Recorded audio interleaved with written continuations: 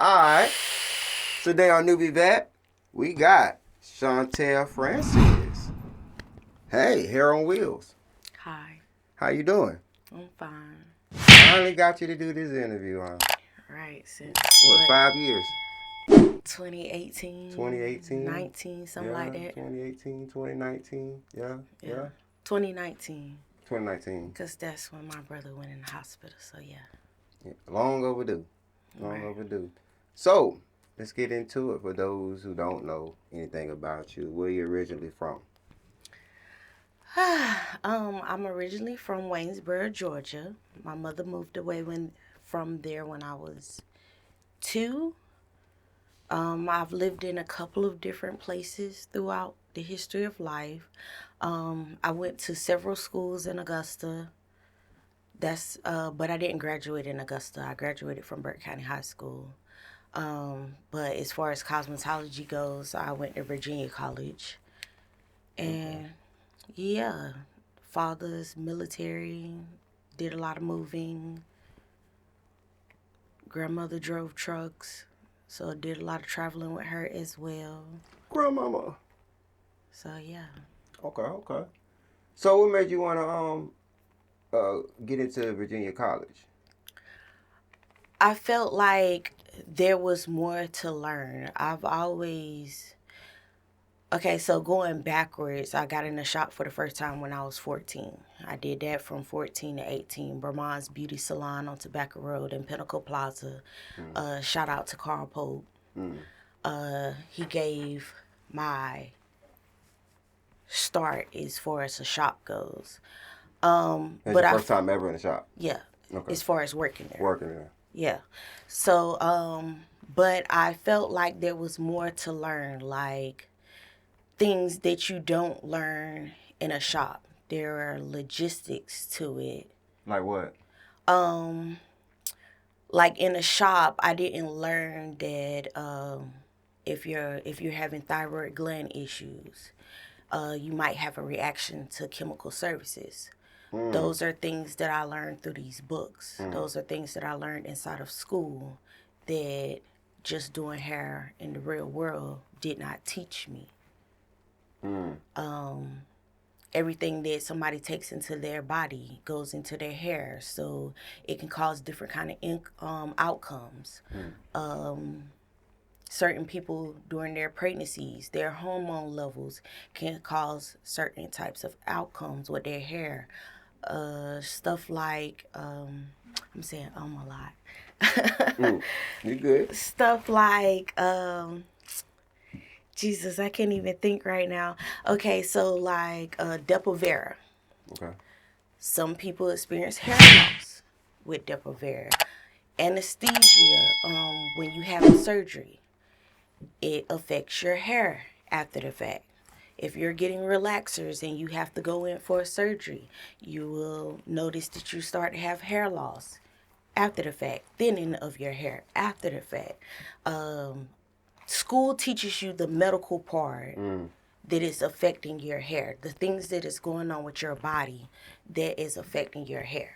So it helps you understand healthy hair growth.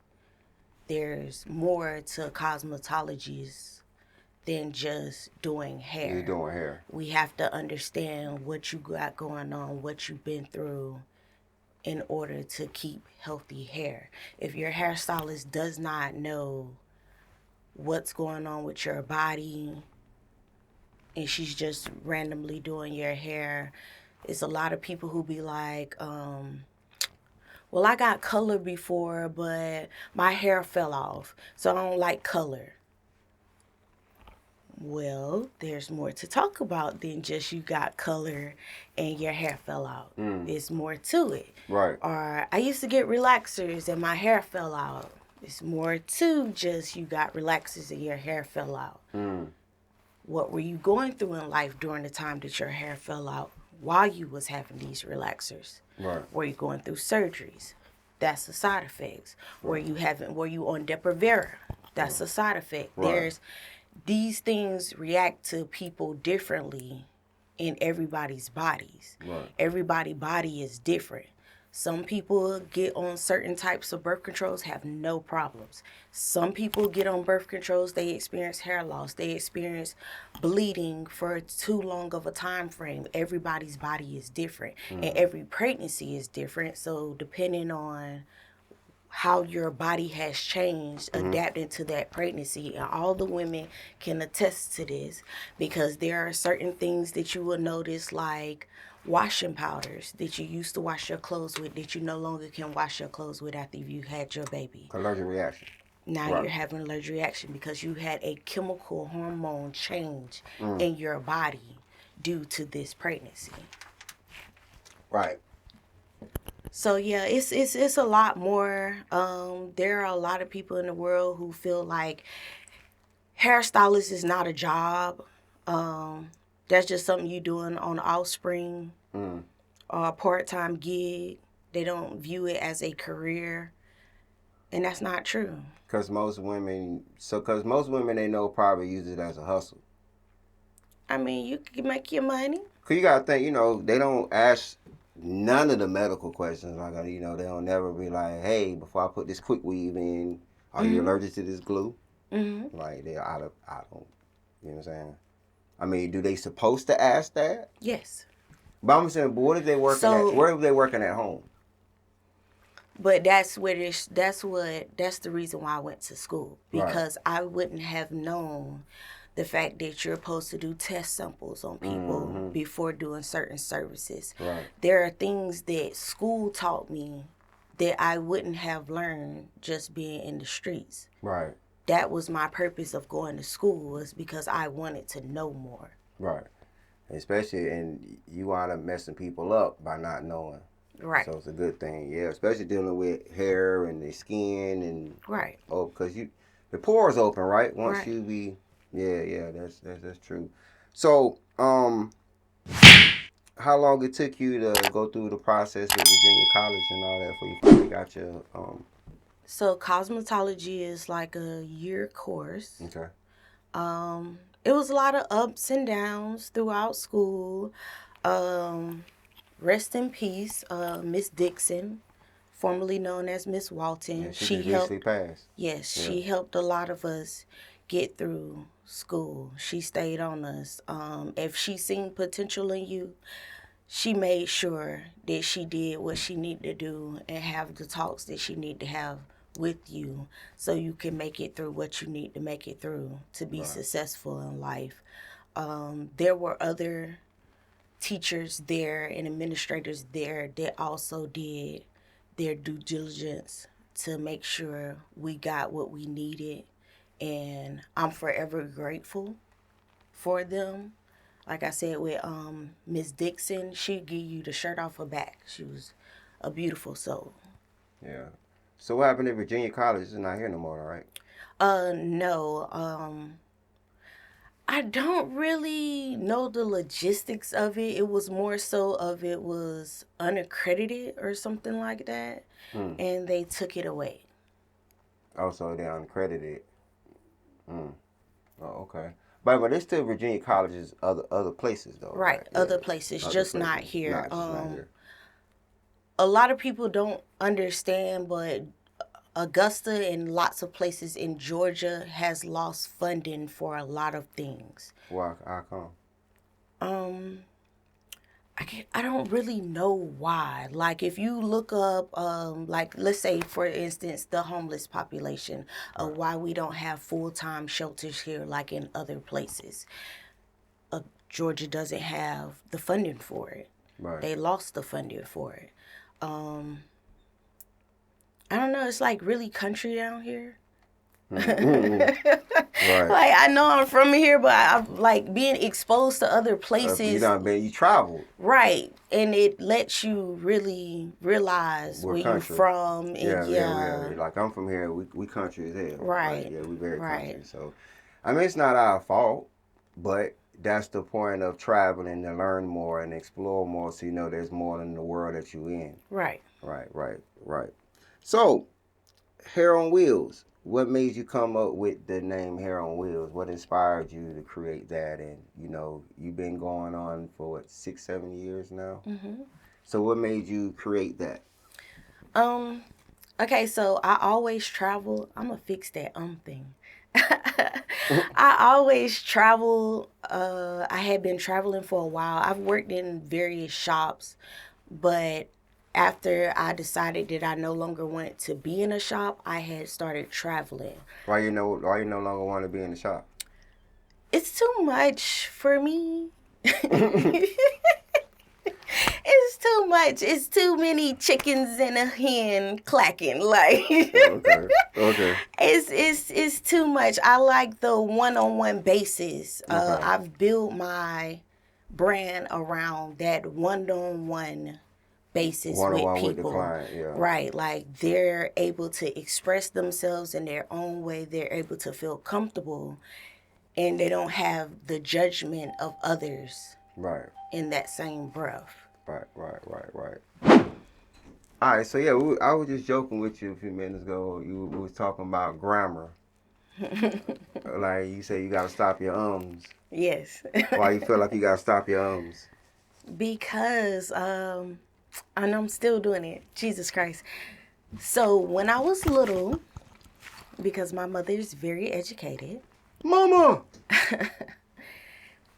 I would have to practice speaking, and that means to stop fidgeting, which is what I'm like me bouncing around now. It's Right. coming like I'm turning into a kid all over again. I have to stop fidgeting, and you don't use words like and in too many times in a sentence. Right. So, therefore, I'm having a difficult time with my first interview right now. Nah, you doing good. You doing awesome. You doing good. So, the journey of Hair on Wheels, like, how's that journey been for you, as far as creating that and just being on that journey? So it's been tough. It's been tough. Hair on Wheels started. My brother was diagnosed with end-stage kidney failure. He was at work one day. He dropped. He couldn't walk. He couldn't speak. They rushed him to the hospital. All his organs were shutting down.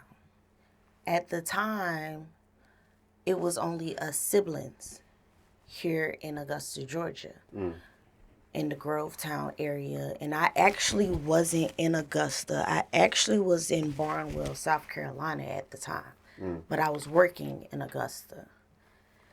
And so seeing my brother on his deathbed really did something to me. And I wasn't able to cry at the time because I have my mother driving 8 hours and 30 minutes down to Augusta from Clarksburg, Maryland, because her baby is hurt.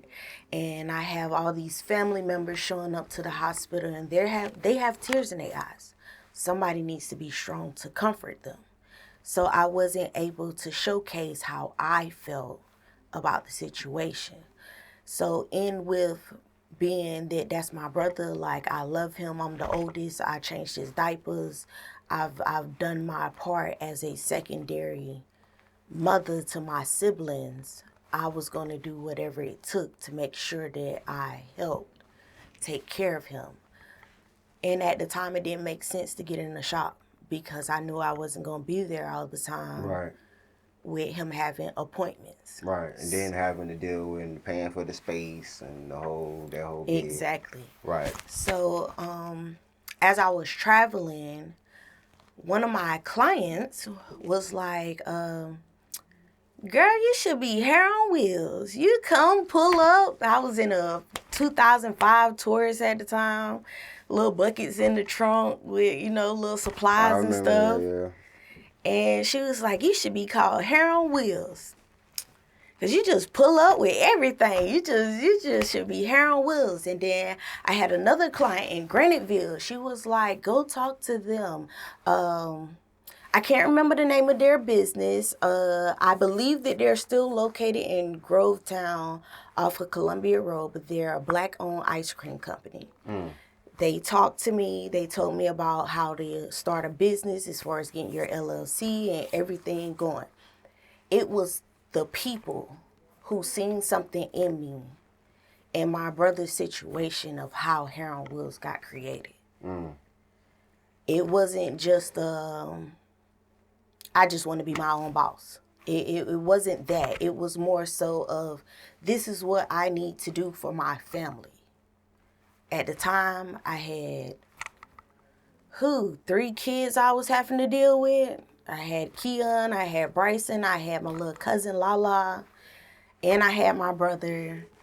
I needed to do what I needed to do to make things work. Right. So I started researching stuff. I started looking up stuff. I said, okay, I'm jumping out feet first. At the time, actually, when he first got diagnosed, and I was thinking I was actually going to go back to school for welding, because I was like, okay, welders make X amount of dollars, so that will be a good financial income to the family. Right.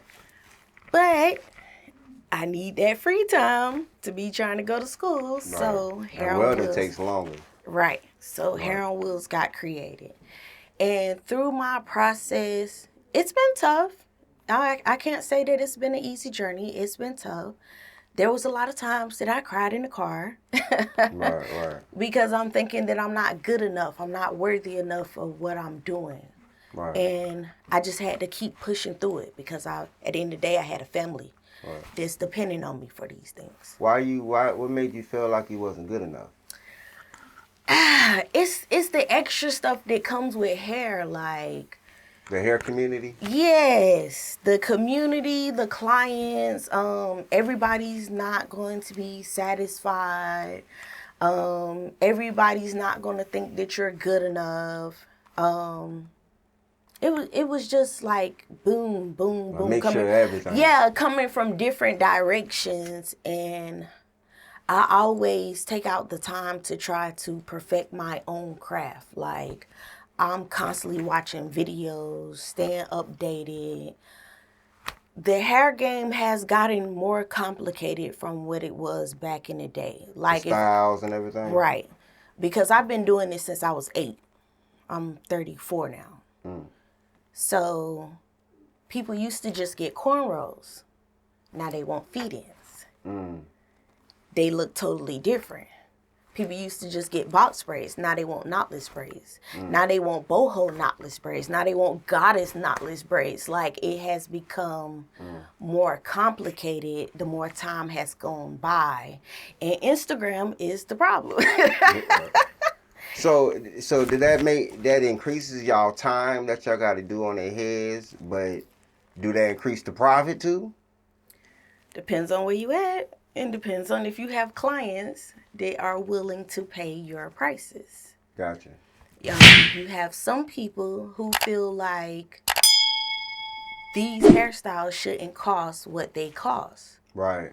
They want to look like Instagram baddies, but they don't want to spend Instagram baddie money. Right. Because baddies ain't just looking like baddies. They spending a bag behind looking like how they look. Yeah, because it costs a lot of money. Exactly. Makeup costs, all that costs. Exactly. Yeah, exactly. So, yeah. Okay. So what is the pros and cons of being in the hair business? The pros is, if you love to do it, when a client is happy and satisfied and they take their little pictures and they all on Facebook or Instagram, TikTok, when they're that joy that they show, that gratitude that they show, that's the biggest pro that you can ever get. That's what warms your heart and make you smile on the inside and let you know that, hey, give yourself a pat on the back. You did a good job. Right. The cons of it is putting up with the clients that don't have the funds but want to still look a certain type of way. And they want you to do that do the expensive look with the less amount of money. Gotcha. Which never goes good.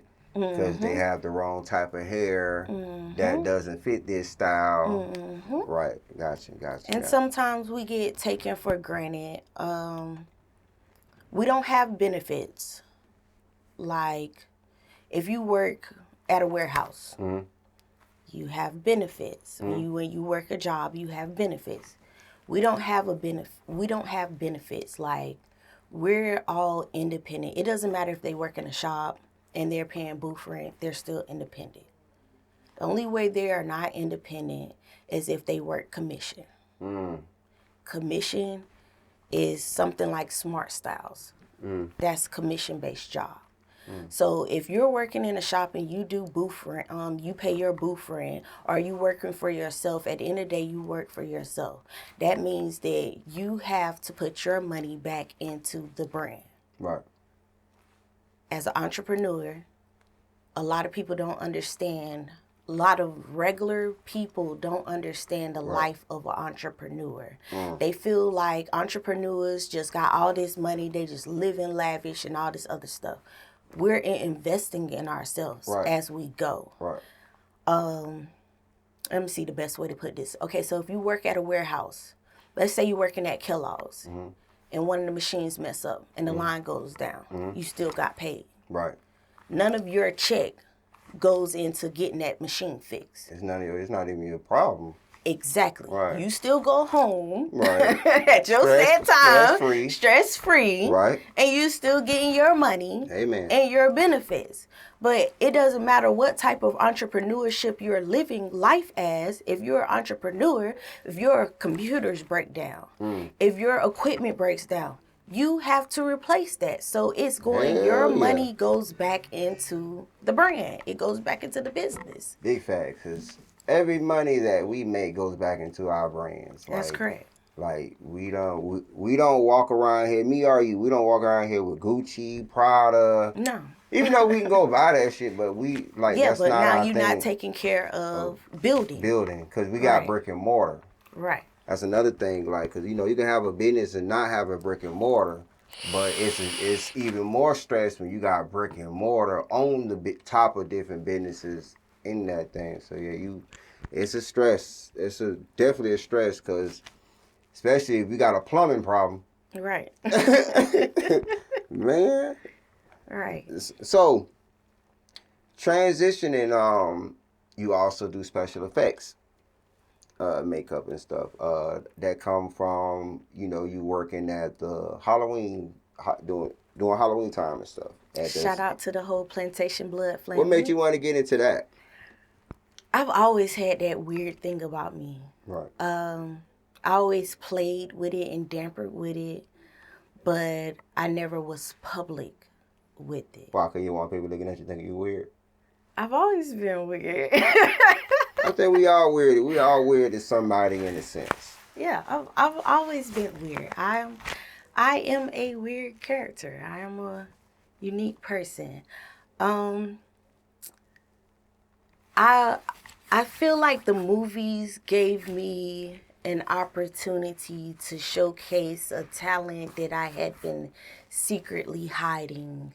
Right. Because I had no use for it before. Like, yeah, I could have did makeup during Halloween time, but this is just one time a year. Right. Like, versus being able to do it all of the times all of the time. year. Right. Right. Anytime that you want to, right. Really, actually.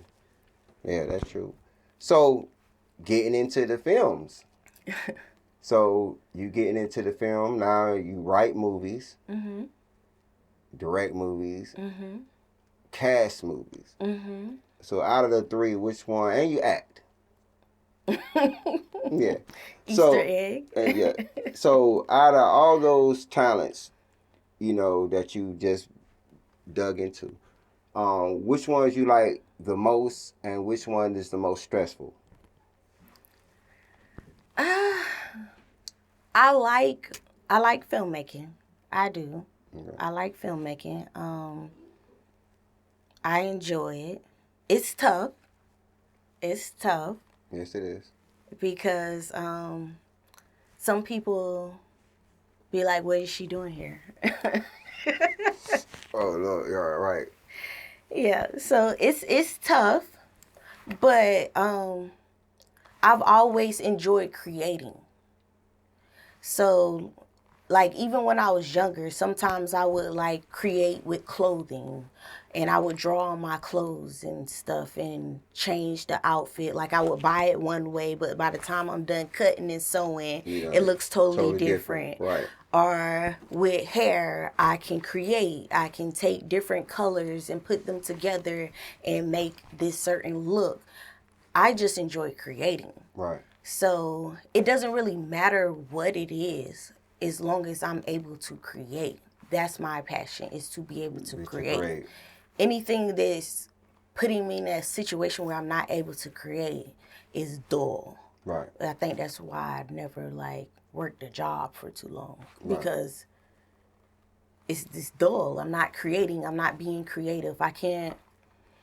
It's only so much creativity you can do in like a cleaning, and like all I can do is fold your napkins little special ways and put them up, or you know, make your sandwich fancy if I'm working in Subway. Like it's no true creativity that I'm able to express.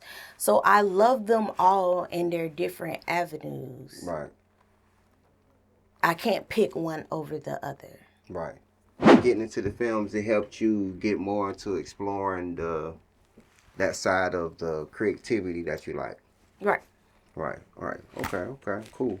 But I can say that this casting is the most headache for you, because casting is it kind of make you the bad person in a sense, because when you have to replace people or you didn't cast them or anything, they come after you. Am I right or wrong? No, you're correct. Okay. Casting is a hard area.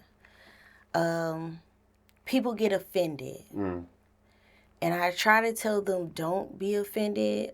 We shoot too many movies for you to think this is the end of the road. Right. But that doesn't change the way people feel.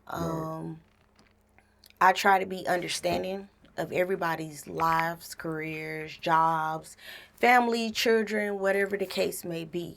But if I have a deadline and this film is on a time basis, I can't keep the project on hold due to you on a club tonight, you don't got no babysitter, your car broke down. I understand totally. Yeah, we understand. I totally understand. I just would have to wait once you get situated, put you in the next project. Right. It's not the end of the road. Right. But I do get a lot of backlash. I get a lot of backlash and attitudes and stuff in the whole casting sense, especially if I have to replace them. Right. Due to whatever circumstances are surrounding around me having to replace them. And you know the crazy thing about all that? It'd be me telling you to replace them. That'd be the craziest thing about it. So yeah, I'm glad you said that. I'm glad you said that. Because I have a zero tolerance. Everybody know when they get on that film with me, I have a zero tolerance when it comes to not coming on set and doing what you're supposed to do, not being there when you're supposed to be there. Right. That's like any other director, because we have deadlines and we have a certain thing that we're trying to do in order to keep creating these films and movies that people want to be in and watch. Right. But we can't do that if it's taking us 6 months on a movie that only took us a week to do. Right. You know what I'm saying? So I think a lot of people just don't understand that, you know, there's steps in film thing. You're not going to be able to talk to J.Paul whenever you want to. Right. Because he's doing other things to make sure all this keeps afloat. Right. So you have to go through the casting and the other agents and stuff like that. I think a lot of people don't understand that format. I think, oh, I'm cool with J.Paul. I don't have to go through Shontell. I'm cool with J.Paul. He knows me. I done worked with him before. Right. Yeah. Right. And that was the reason for me bringing on Connie as another casting director. But it's still really the same results. Some people are not applying real world mentality to what we're doing. What you mean? So in reality, if they're going to be on Tyler Perry's set, they're not talking to Tyler Perry to get on the movie. Facts. They're not calling Tyler Perry's personal cell phone like, hey, I want to be in your movie. Put me in another movie. As a matter of fact, I feel like you should do a hood movie. Put me in that. This is the type of character I want to be. This is what I want to be saying. This, like, they're not doing that. This don't fit me. Right. They're not doing that. Because they don't have an opportunity to, or a chance to ever do that, because you ain't close enough to him to do that. But it shouldn't be like that anyways. Right. If in a person's growth, they're making things in a type of order and of chain of command for them to grow to where they need to be, you should just automatically respect that they're trying to grow to a certain place and they're willing to take you with them. Right. You're so caught up in your feelings that you are not looking at the bigger picture as a whole. Facts. Sometimes people get complacent in their feelings. Facts. Instead of looking things as a whole overview. Some people say that. Some people have an entitlement issue as well. Like I deal with that a lot. They feel like, well, I should have been in this, you know, stuff like that, because we get that a lot. Yeah. And then we also get the no-shows, the ones that say they're willing to do a movie. Oh, yeah. We have 1,000 and something comments, but then as soon as you check the emails, it's like a desert. And then I don't think that they take in consideration of how I look on set when they don't show. Because if the director is saying, hey, we're such and such, and all I can say is, I don't know. I look incompetent. Yeah, like you ain't doing your job. Right. Like you're getting a bunch of people that just not doing their parts. Yeah, I've become a tad more stern. I've had to do some moves that, you know, make me look like I just don't care and I'm a mean person. But you're not a mean person. No, I'm not. I can be, but I'm not. Right. I think people misjudge you. I think they feel like you're mean because your demeanor comes off. You're not the hey everyone, as soon as you walk in the building and stuff, you speak to everyone, but you're not the hi. Yeah, I don't have that bubbly personality. Yeah, you're not the bubbly person. You're not the bubbly type. And I feel like everybody else is not the bubbly type as well. I just feel like some people it's the entitlement thing that comes into play again. Not just that. I think that people mistaken my not talking so much as a matter of I got a problem or I have an attitude, and it's no, I'm making sure I listen more than I speak. Right. If you're new and you come on set, I'm not going to do a whole lot of talking with you. Like, as far as people want to have personal conversations. They don't want to just do business. They want to be your friend. Right. Okay, well, we can't just do that off the rip, because if I do that off the rip, I'm going to misjudge a person. I'm going to think, okay, well, they was cool. The conversation was good. So when they sting me later, it's me who's hurt. It's me who's looking shocked because I don't know where this coming from, but that's because I couldn't see a snake was in my garden the whole time. Right. That's because I need to listen more. I need to listen. I need to watch. I need to be observant. So I have fell back from doing all that friendly talking from people, and people take it the wrong way. It's not to be mistaken. It's not that I have an issue. It's more so of I need to see where you are, where your head is, and what type of person you are for future business endeavors. Right. If I can't judge your character correctly, then I'm going to put us in a situation where our business is now being affected by somebody who I thought was cool because I'm trying to be their friend first instead of having a business first. Right. Right. So it's just business. It's not personal. Right. I wouldn't care if it was like somebody who I don't care for on the personal side. Right. You still have the opportunity to be in the projects. Why? Because this is business. Now, when you mess up business, now you no longer have that opportunity. Right. It's not personal. It's just business. Right. I never mix business and personal together. Right. I feel like we ask doctors to not mix business and personal because they'd just be killing folks. Right. People they don't like. Right. We ask police officers to stop mixing personal feelings and business. Because they be killing people. Exactly. So why can't I lead by what I want out of these other professionals in the world and don't mix business and personal? It's just business. Even sometimes when I'm on set, somebody might want to talk about hair. This ain't the time to talk about hair. I'm not HairOnWheels right now. I'm Shontell the DemiGoddess right now. Right. You talk to me about HairOnWheels stuff during HairOnWheels stuff. There's a differentiation between the two. Right.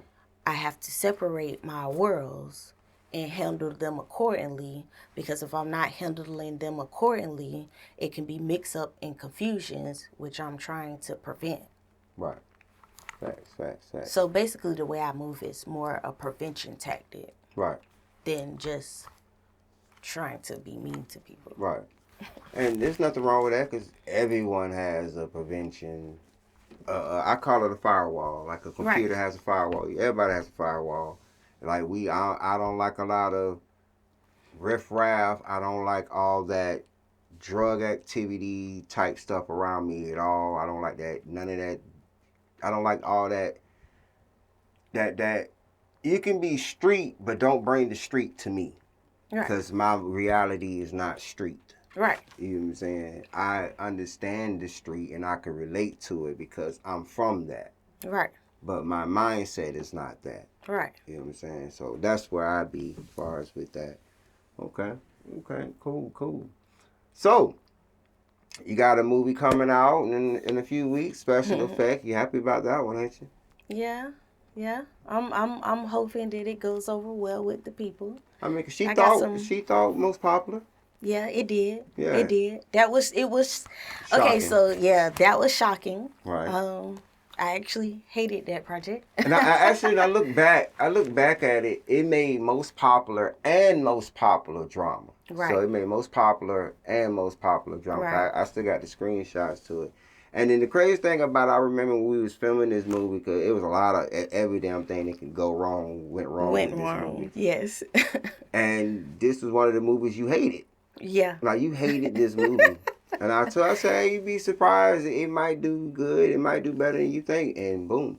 Yeah, it did. It did. I feel like my hate for it was because it was so much that ended up being missing out of the movie. Yeah, and unfinished. And I felt it took away from what it was that I was trying to showcase. Right.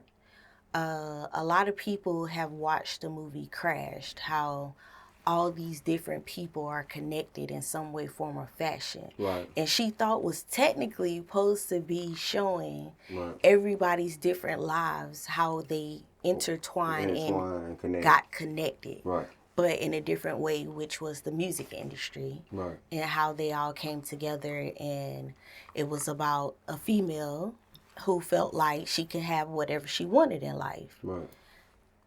But it turns out that she can't have whatever she wanted in life. So she thought. Right.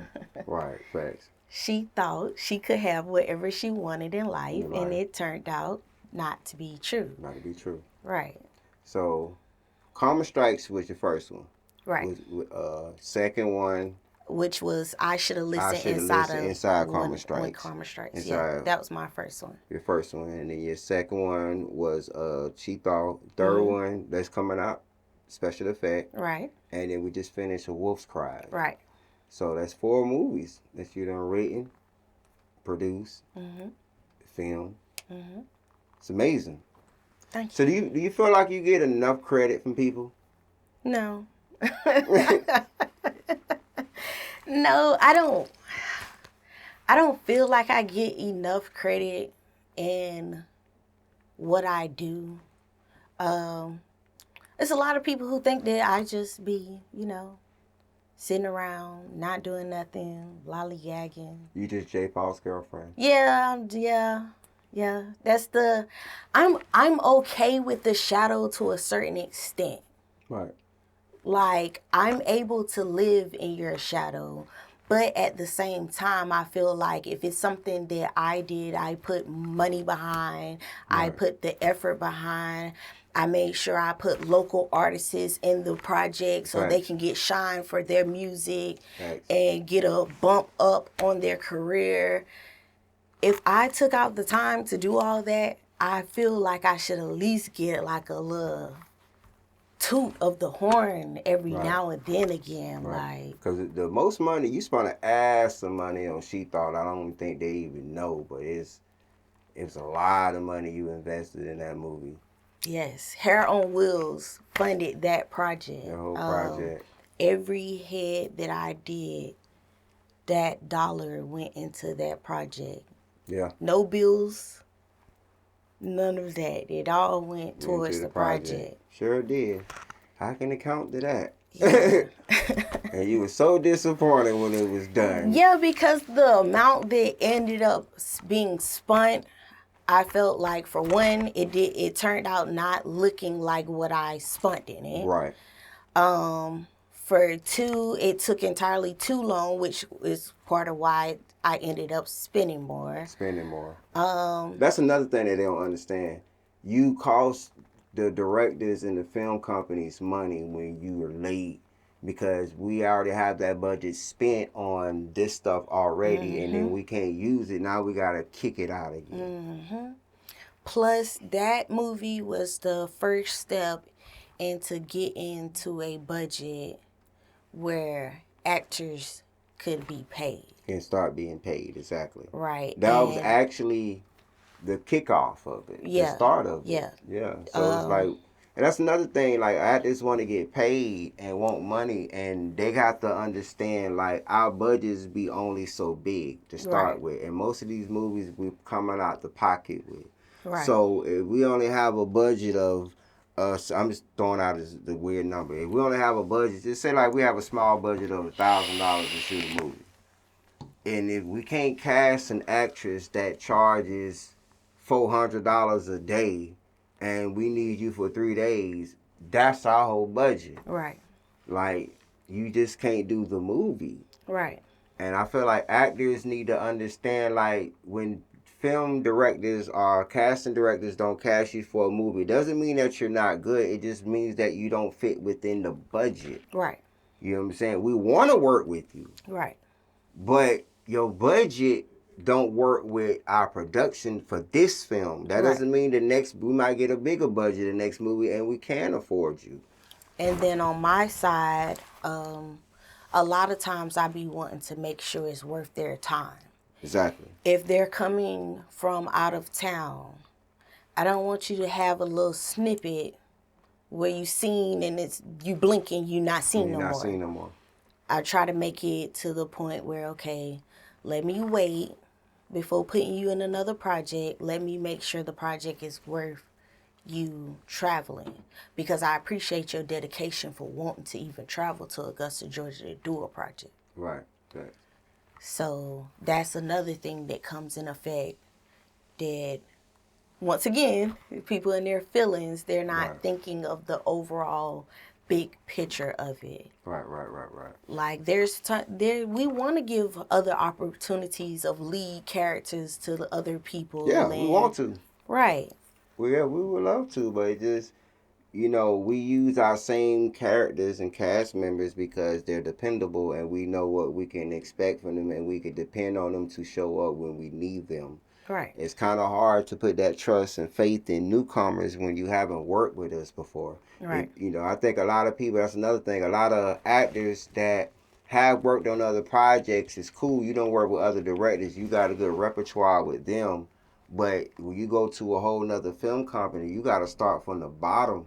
Like, if they already set, they already got their whole catalog and stuff going on, you can't just come in and be like, request a lead role. Right. And feel some way that you don't get it. It's Right. like you have to respect, the land. Like, Right. we already have our cast of actors. We already have our set stuff in motion. Now, we're always open to work with new people. Right. But you have to fit in. You can't come in and be like, hey, I want to be lead. But, and you all the way in Missouri or California, Mm-hmm. and you don't fit the budget. Right. So we have to deal with homegrown around because it's easy on the budget. We can finish a movie. We can make everybody comfortable. Right. We can't make everybody comfortable. We feed in the budget to all the actors. Right. And they right. still want personal stuff that they need that we have to accompany with. So I think a lot of people actors need to look more into that too, instead of just, I want to get paid. Right. You know what I'm saying? So this is my opinion on that. My opinion on that.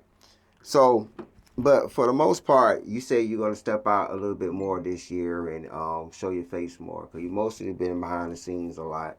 Right. What made you decide want to get out more this year? Be outside. Catch me outside. No, I'm just playing. It's that shadow thing. Like, I need the world to understand. Like, even if they choose not to, because it's going to be people who choose to just not acknowledge me, which is fine. But I need to also do my part to let you know who I am. Right. Facts. Because I'm not to be slept on. Right. I do a lot. You damn sure do. And I've accomplished a lot. Yeah. And I'm not on the internet boasting 24/7. I'm a very humble person. Right. But at the same time, in my humbleness, I feel like the world should know who I am. Right.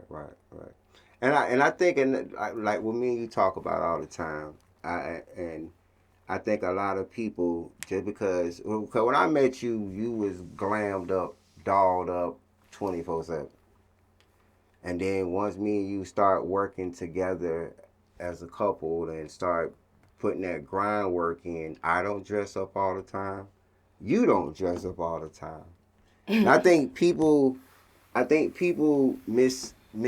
I think they see that and they look at like, well, she's doing all this. You know what I'm saying? She's basic.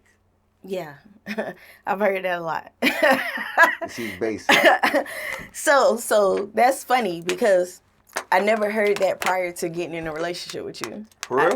No one ever referred to me as basic. So out of all the relationships you've been with, our relationship is the only time that women call you basic looking. This is the most judgmental situation I have ever been in life. In life. I have never been judged so much in life.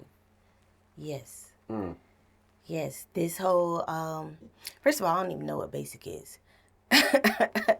Like, what is basic? Like, I think basic mean, okay, you're not plain Jane, like plain Jane. You're not in. They don't see you in a constant baddie mode.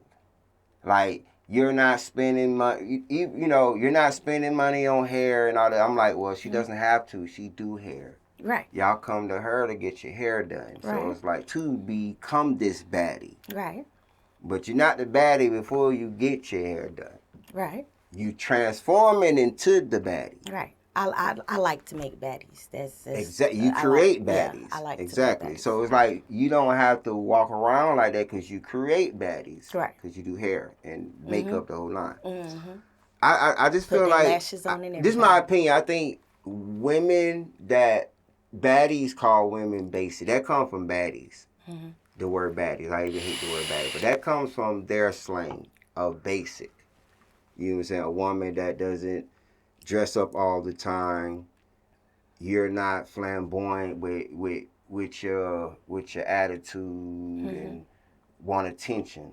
You know what I'm saying? You get your attention from just straight work. Hey, this is my work. This is I put this in. I do this.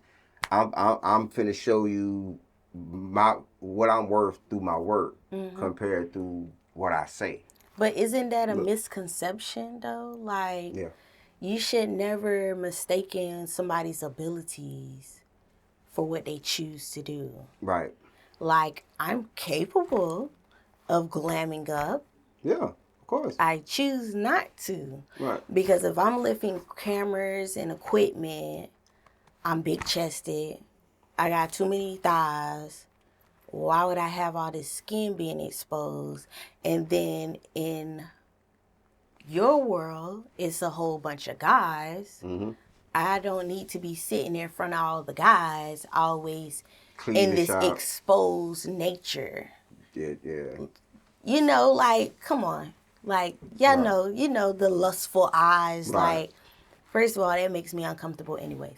Right. Right. I don't like to be eye fucked. And I don't like when people address me with their eyes. Right. So I've always, I don't know, like, even my fashion statement is weird. It's unique to me. I've always been that person in the cut. Like, Right. I've never asked for that type of attention. Right. And I feel like out of respect for who I'm dealing with and who I'm dating, I choose not to be in a certain light at certain times. Right. It's a time and a place for everything. Right. So if I need to be in this place, then I'm able to get in this place. But as all women know, it's not easy. So if you're doing it all yourself, it's going to take you hours to get yourself together for an event or something of that nature. Right. And then, so what? I'm supposed to be, let's say if the event calls for chairs and tables, I'm gathering up tables out the truck in some 6-inch heels. Like, that's like y'all are expecting too much and not looking at what it is that I'm doing in the process. Right. And then on top of that, we wouldn't even be in no damn relationship because I ain't gonna be waiting on you getting all ready and every time I gotta go do some shit. Oh, no. No. Okay. I can't sleep in a full face. Right. Man, that pillow be messed up in a full face. For real, for real. But yeah, man, this is dope. I'm finally happy got you into the chair to do this interview. I really appreciate it. So before we slide off on NewbieVeT, is there any love you like to shout out? So shout out to my whole family, immediately especially. If it wasn't for y'all, I wouldn't be who I am. Mama, grandmama. Shout out to my other half, J.Paul the DemiGod. Aww. And the whole CTC family. It's a special shout out to J.Paul the DemiGod because he allows me to be creative and open up to all the talents that I have been hiding from the world. So that's a special shout out. Shout out to the CTC family, new or old. Y'all be in the movies and stuff. Y'all give me a cast to work with, so shout out to you guys. Shout out to myself. Like, yeah, shout out to yourself. Shout out to myself. I have really worked on who I am. Anybody who knows me knows how I used to be in my younger years, so y'all know what time it is. Whole 360. Yes, I have become a better person. So shout out to myself. Shout out to myself for being confident enough to jump off the porch and head first and not being afraid to do what it is that I love to do.